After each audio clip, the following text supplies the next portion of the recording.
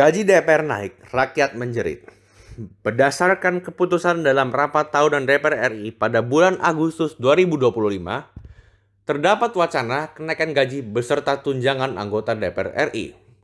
Kenaikan gaji dan tunjangan antara lain gaji pokok yang menjadi 3 juta per hari, tunjangan rumah menjadi 50 juta per bulan, dan tunjangan komunikasi menjadi 15 juta per bulan. Hal tersebut tentunya menjadi perbincangan publik mengingat hal tersebut terjadi saat kondisi ekonomi negara yang mulai melemah, serta keterbatasan lapangan kerja dan kenaikan harga bahan pokok yang sering dialami oleh rakyat. Tingkat kemiskinan di Indonesia menurut Bank Dunia masih tergolong besar, yaitu sekitar 60% saat gaji anggota DPR meningkat. Anggaran yang digunakan untuk kenaikan gaji beserta tunjangan anggota DPR berasal dari dana APBN yang didapat dari pajak yang dibayarkan oleh rakyat. Beban pajak yang dibayarkan oleh rakyat mengalami kenaikan.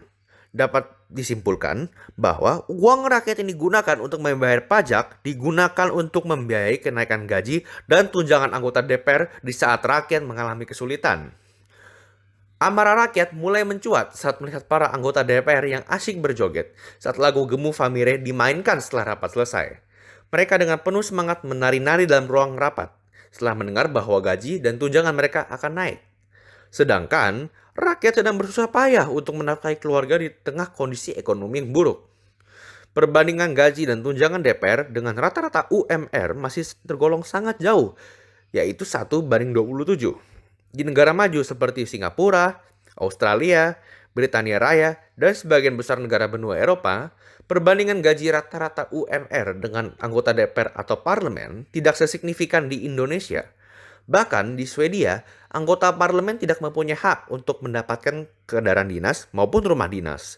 Mereka akan merasa malu jika kedapatan oleh rakyat menaiki taksi atau kendaraan pribadi. Sebagai gantinya, untuk berpergian ke kantor parlemen, mereka hanya mendapatkan kartu untuk naik ke transportasi umum serta tunjangan untuk mengisi ulang saldo dengan nilai yang tergolong kecil. Mereka beranggapan bahwa merekalah hanya wakil rakyat yang terpilih untuk mewakili suara rakyat, sehingga mereka tidak pantas untuk hidup dalam kemewahan atau menerima imbalan yang berlebihan.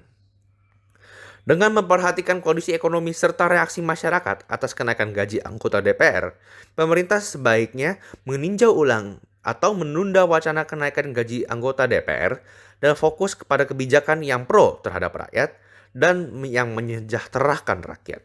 Anggaran kenaikan gaji beserta tunjangan rakyat dapat dialihkan untuk kebutuhan sosial.